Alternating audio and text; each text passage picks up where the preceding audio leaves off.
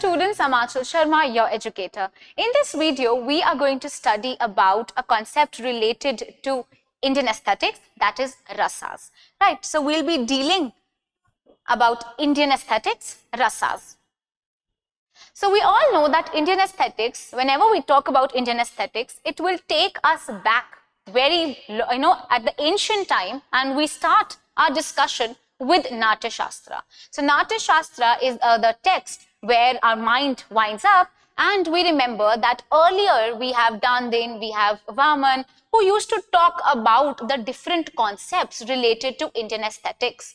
Later we see that the vastness gains a lot of efforts were done by the different theorists, and then we see that the other writings also came forward. We see that Anandavardhana, Abhinav Gupta, and we have the Jagannath Pandit. All of these theorists started to talk about the very concept of Indian aesthetics. What is aesthetics? What is the beauty? What is the beauty? How you describe the text as beautiful? These are the different concepts that all of these theorists were discussing. And this makes us ponder that which text can be seen as beauty and what is the soul of the text. So the Indian aesthetics has the different elements, and the elements of poetics or the Kavya Agama can be said as follows. So there are different poetics. What are these? We have Kavya Sarupa. So they have been talking that what is Kavya? What is poetry? What is the swaroop of poetry? What is the beauty of the poetry? What is the nature of your poetry? What causes poetry? What is the definition of poetry? What are the various classes of poetry? And how do you write and why do you write poetry? Are the few elements and concepts that the theorists have been discussing. Then we have Shabd Shakti. What is the significance of the words and how powerful these words are? We have the Dhwani Kavya. What is Dhwani? Dhwani is sound. The poetry of the poetry always has some suggestive power. What is the poetry telling you? What is the poetry trying to suggest is of supreme importance. Then we have the Guni Bhuta. So this Guni or the Gun of any poetry tells about the poetry of suggestion. That is Dhwani. That means the secondary meaning or the secondary meaning that is there to the primary meaning that we have. Then we have the very concept of Rasa. Rasa talks about the emotion, that is the emotive content that is there in a poetry. Then we have a Guna, and this Guna talks about the excellence of poetic expression. How do you give the poetic expression? Then we study about Riti, that is the style of poetry or diction. How do you style the poetry? How do you give the diction? How important the diction is? Then the theorists have talked about the Alankara, that is the figurative beauty of your poetry, the poetic expression. Then we have Dosha, that is the different blemishes of the poetic expression that need to be avoided. These expressions should be avoided to tell that this poetry is of utmost quality. This is a beautiful poem that is having an effect on someone. Then we have the Natya Vidhana, that is the dramatic expression or the dramatology. So these are the different poetic expressions or the elements that we have. Over the centuries, there have been a lot of schools. So different schools talk about the different theories and how they can say that this is the soul of your poetry. So just as in the Western philosophy, we have different theories, like we have new criticism, we have reader response theory, and they all tell and they all talk about what is the very essence of the poetry, what is the essence of the text. Similarly, in the Indian poetics, we see that the Indian aesthetics, we see that they are all dealing with the very concept of beauty and which poetry or which text is the most important text.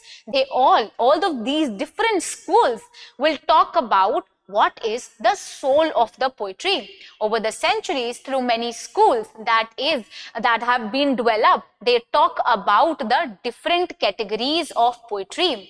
Each sampradaya, each school propagated his or their own pet ways of poetry, how can you study the poetry? At the same time, they made different expressions, and all the different expressions are talked related to the different schools, right? For instance, we have Bharata who spoke about the Rasa theory. We have Bhama who spoke about Alamkara. Then we have Vamana who spoke about Riti. We have Anandavardhana who talked about Dhwani. Then we have Kuntaka who talked about your Vakrokti. Then we have your Shamendra who talked about Ochita. Right, that is the relevance. So we all know that there are different schools, and each school, there are about 8 schools of poetry, and each school of poetry will talk how this is the best kind of the best feature in a poetry, and how can you decode the meaning, and how can you say that this poetry that you have is what? That is, it is a beautiful poetry, which is the soul of poetry. So all of them will come forward and talk about their own concepts. The latter poets saw that all of these have varied expressions, and all of them do not always conflict, but sometimes they do conflict with one another. So the rasa, the guna and the alamkara are universally accepted by different poets and different schools as the very essence of a good poetry. So we have 8 schools, as I was discussing with you, and each school has one founder, and all of them will come forward and say that no, whatever I am discussing becomes the soul of the poetry, will becomes the very essence of poetry. For example, as I was telling you, it is what? It is Bharata who talked about rasa, while it is Bhama who said that no, it is Alamkara that is more important. But your Bharata will say that no, it is Rasa that is most important in any poetry. That is the soul of your poetry. So in our class, we will be studying about Rasa that Bharat talk about. So we have different schools. We have 8 schools of poetics. These schools are your Riti, Rasa, Alamkara, Dhwani, Vakrokti, Gunha, Anumana, and we have Ochitya, right? So these are the different schools, and here we have the different people, different theorists who have talked about the schools, right? So we are dealing with Rasa, so we know that it is Bharat who started to talk about the Rasa theory. So the Indian aesthetics developed the idea of objective side and the aesthetic expressions and the concept of beauty. Since the term beauty has been inferred to the objective aspect, we know that there are few qualities that are attached to the poetry. These are the qualities that attract us. The expressions that are important in the poetry are the qualities that attract us. These are the qualities that are important. Is it Riti? Is it Alankara? Is it Rasa? Which quality is most important in a poetic expression? So the term beauty or the beautiful indicates a psychological expression. It deals with the purity of a poetry or the self-forgetful joy that you have after you read the poetry. The expressions such as Anand that you have or the rasa that you have are what you gain out of reading those poetries. It refers to the subjective aspects of the aesthetic expressions.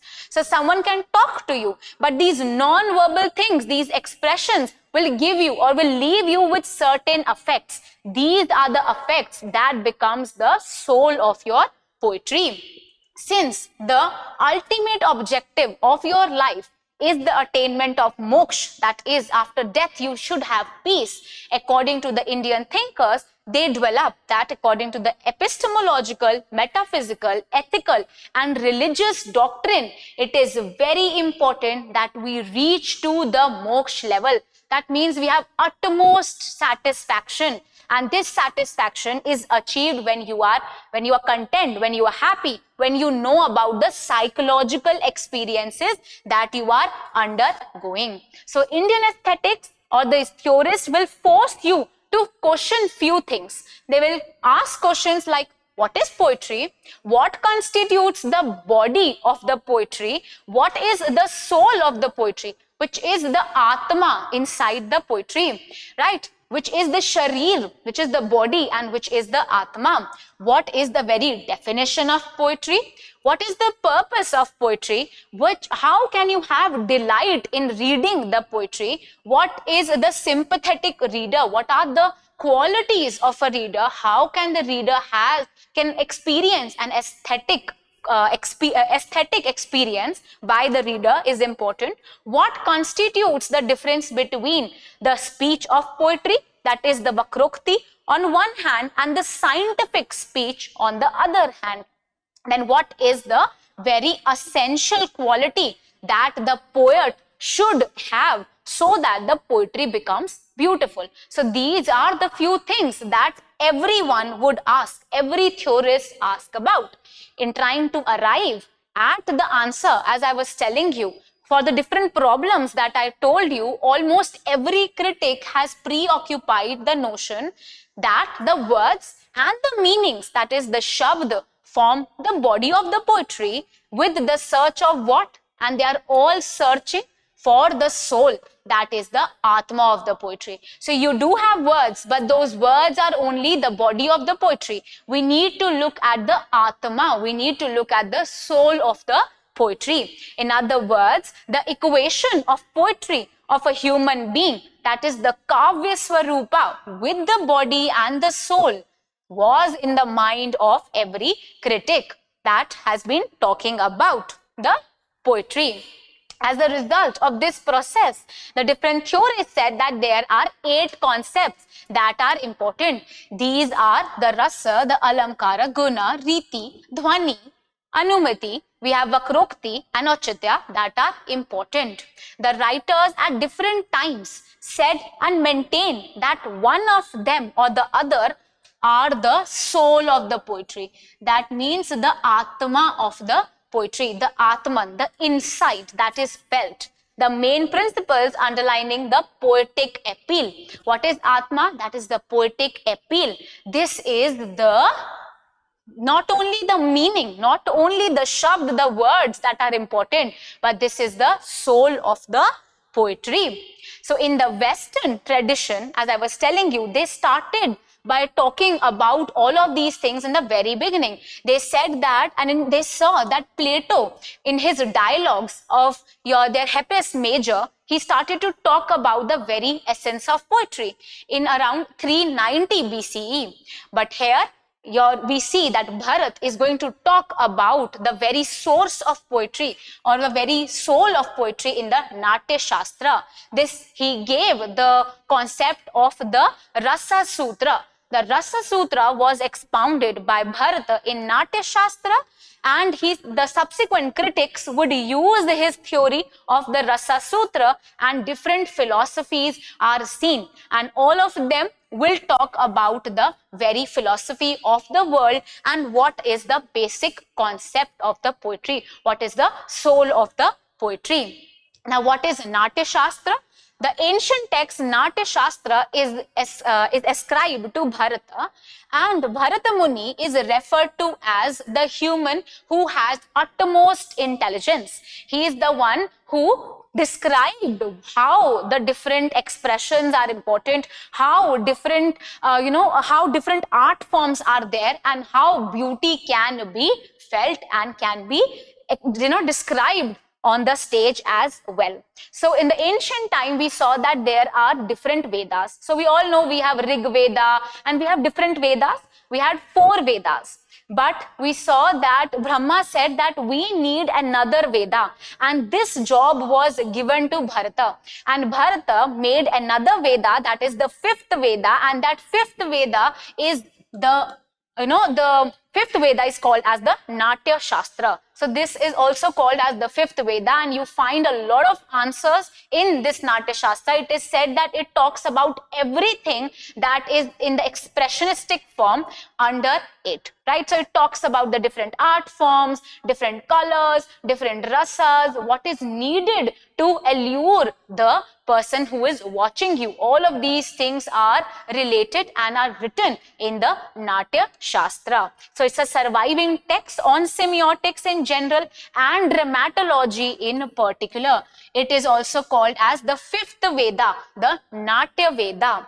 It has about 6,000 shlokas, and it talks about, and in each chapter it talks about different concepts. So it has about 36 chapters, it has 6,000 shlokas, and in each chapter it will talk about the importance of something or another that is related to the semiotics in general and dramatology in particular. Now, he talked about rasas. So what do you mean by rasa? Ras means juice. Any layman will be clear with the word ras. Ras means juice. So ras is a poetical concept. In a broad spectrum of suggestion, we have a complex definition of rasas. Rasa is what? Rasa in a dietary term means what? It means taste. It means flavor. It means savor.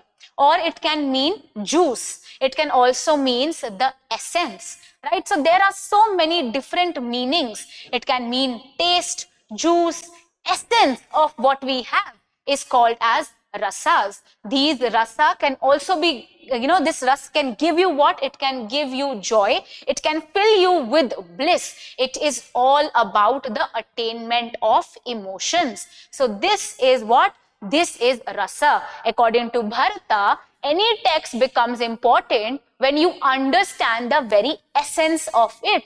The essence of it is what? The essence of it is rasa. It is the taste, it is the flavor, savor, or the very essence of the text that we have. So Bharata Muni enumerates that there are 8 rasas that we have that are very dominant, and there are very dominant and temporary bhavas that are discussed in the Rasa Sutras. So the 8 rasas are given by Bharata, and they are loosely translated as the dramatic sentiments. These sentiments, you can look at this picture. These are the different rasas that we have. So he gave these rasas, and you can look at the eye movements. By just the eye movements and the facial expressions, you will understand that how the person is trying to explain their own emotions, whether they are angry, whether they are happy, whether they are jealous, whether they are, whether they want something, whether they want to dress up themselves. So all of these are the beautiful things that he talked about. There are 8 rasas, while the last rasa, that is the 9th rasa, was given by, was later added, and it was added by Abhinav Gupta. So Bharata gave us 8 rasas, and the Shanta rasa is given by Abhinav Gupta, that is later added. So what are the rasas that he gave?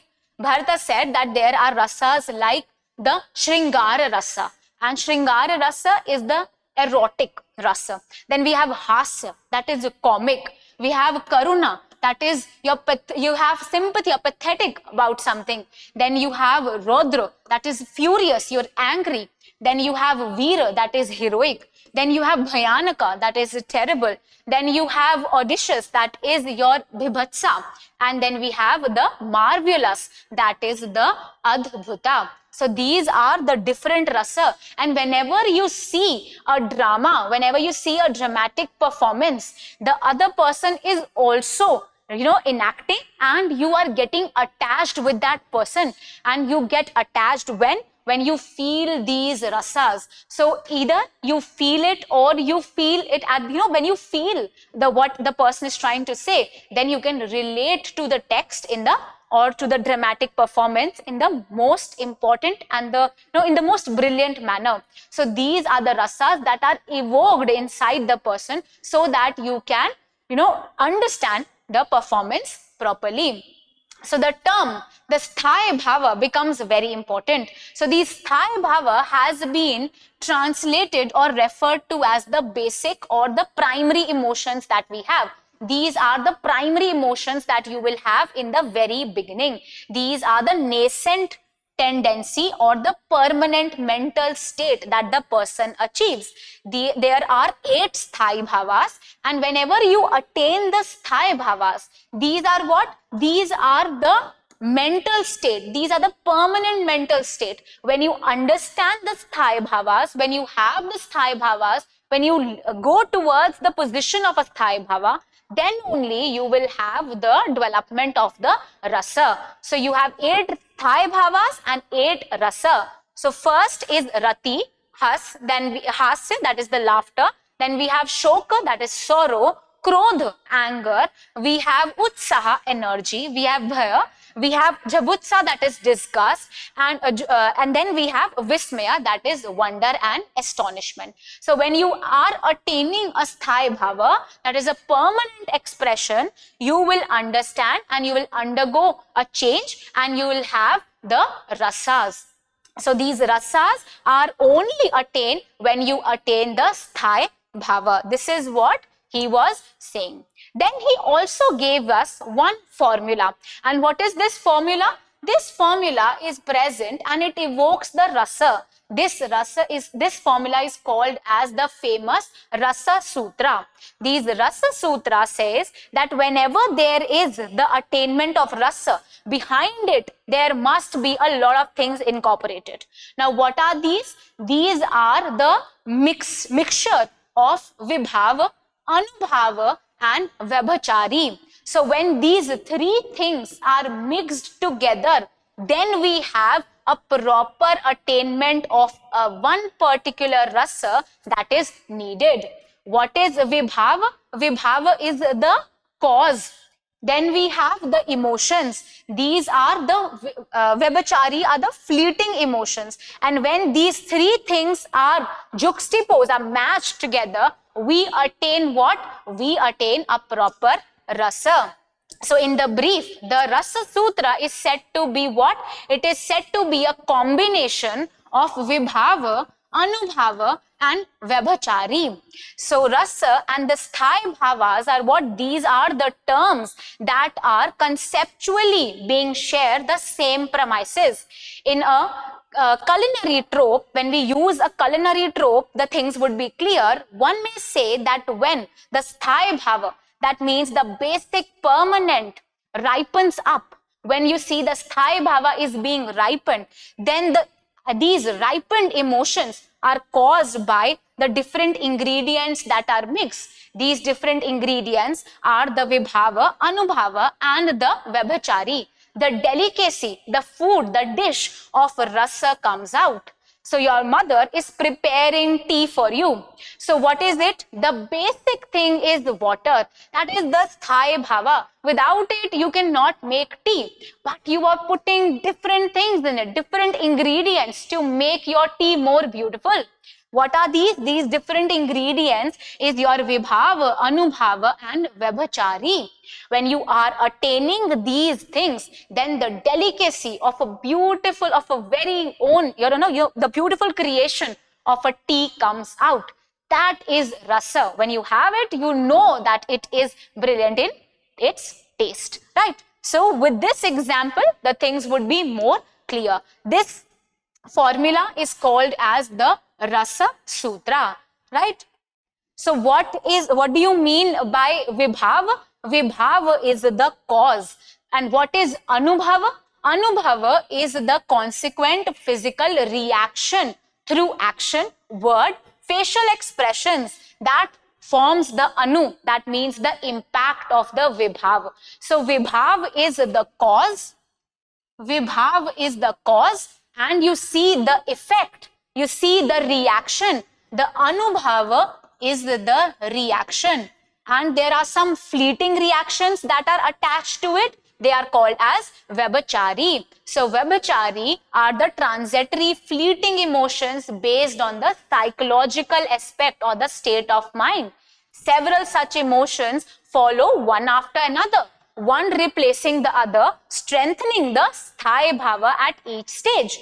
until finally Sthaya Bhava is established, and then we have the Rasa Anubhava. At the end, you have Rasa Anubhava. So you are watching a play. That play, they're talking about love. So what is it? The woman is waiting for her man, and there are different emotions that are going on, and there are different thoughts that are going on in the mind of the character, the protagonist, the woman that is standing there. What is she doing? She's just standing there. So what is it? This is, first of all, we look at the cause. The cause is that she's standing because the male has not, she's waiting for the counterpart to come. And what is the reaction? The reaction is that she's waiting, she's baffled, she just needs the answer that where is he? And what are your Vibhachari? The Vibhachari is that he must be late because he is with another woman. He must be late because he does not love me anymore. And at the end, she sees him coming towards her. And there is attainment of what? There is attainment of love, right? There is what? This is the final attainment. This is the attainment. This is the establishment of Sthaya Bhava.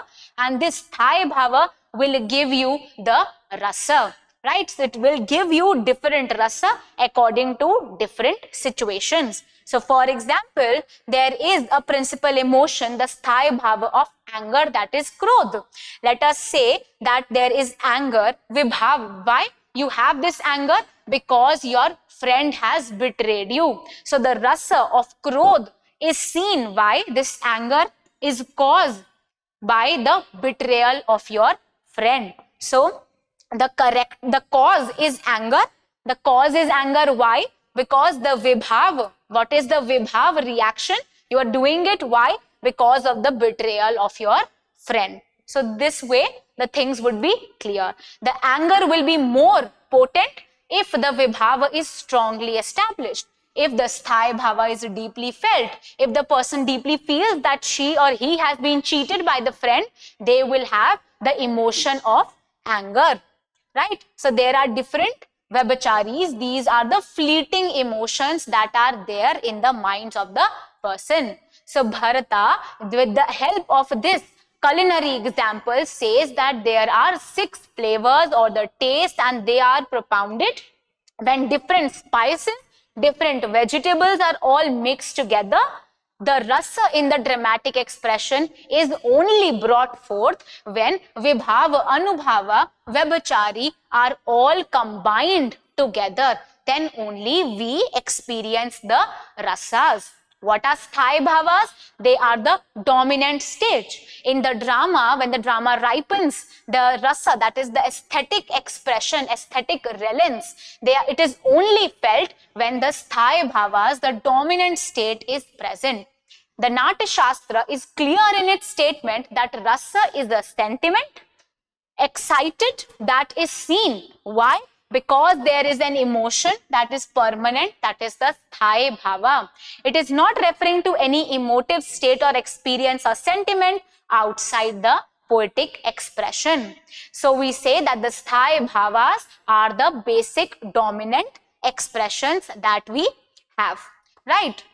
Now let us see here. So there are different types of Vibhava. We know that Vibhava is what? It is the cause. So what can be the cause? The distinct cause can be of 2 types. The Vibhava can be of 2 types. It can be the Alambana Vibhava, that is the supporting cause, or it can be the Udipana Vibhava, that is the circumstantial in nature. That means a person can be a cause of your anger, or a situation can be a cause of your anger. These are what? These are the different Vibhava. After the Vibhava, you have Anubhava. As I was telling you, Anubhava are the effects that you have. Anubhava, the reactions or the deliberate actions or the feelings that the actor would feel, right? It consists of different gestures, glances, different movements. So you know that the friend betrayed you, and the raising of the hand because you want to hit them is what? It is a action. It is a cause. It is the effect of the cause that is happening. And the emotions, the krodh that you are feeling, that is what? That is the Sthaya Bhava, and later becomes the krodh rasa. Right? And Similarly, what is Vibhachari Bhava? Vibhachari Bhava, the dominant states, act as an extroverted behavioral movement in support of a given sentiment. The expression of the Vibhavachari Bhava happens when the bodily expressions, the verbal expressions and the enactment are all happening in the same manner. They are transitory and fleeting in nature, right? For example, you can take an example.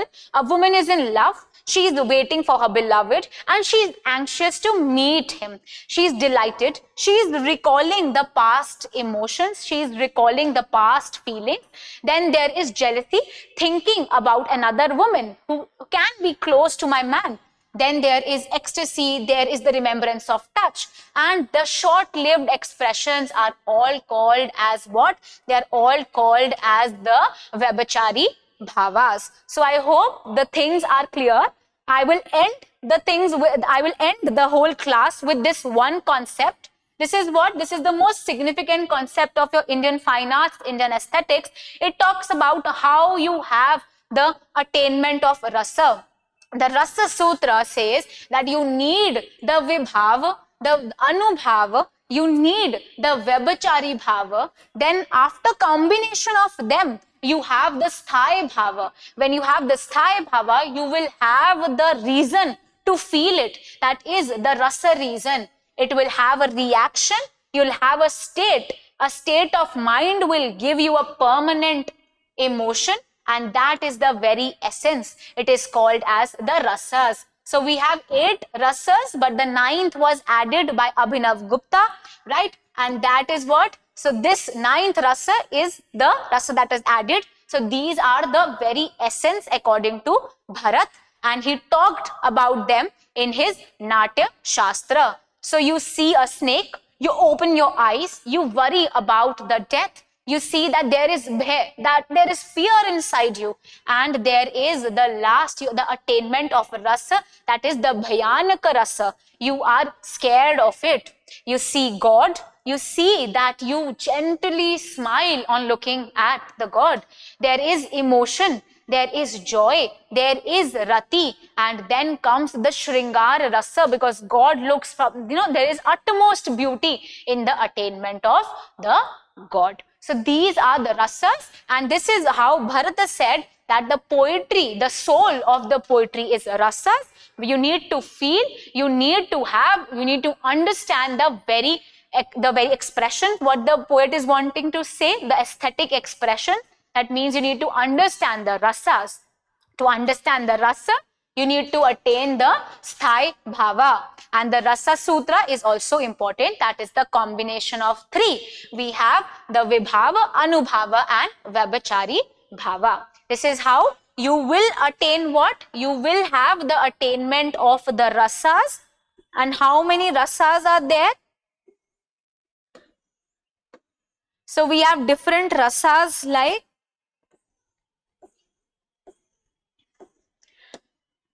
So we have different rasa. We have Shringara rasa, we have Hasya, Karuna, Rodra, and so on and so forth. And the last Shanta rasa was added, right? So I hope you understood. I hope you understood the very concept of rasa. If you have any doubt, you can write it in the comment section and I'll surely reply to you. Thank you.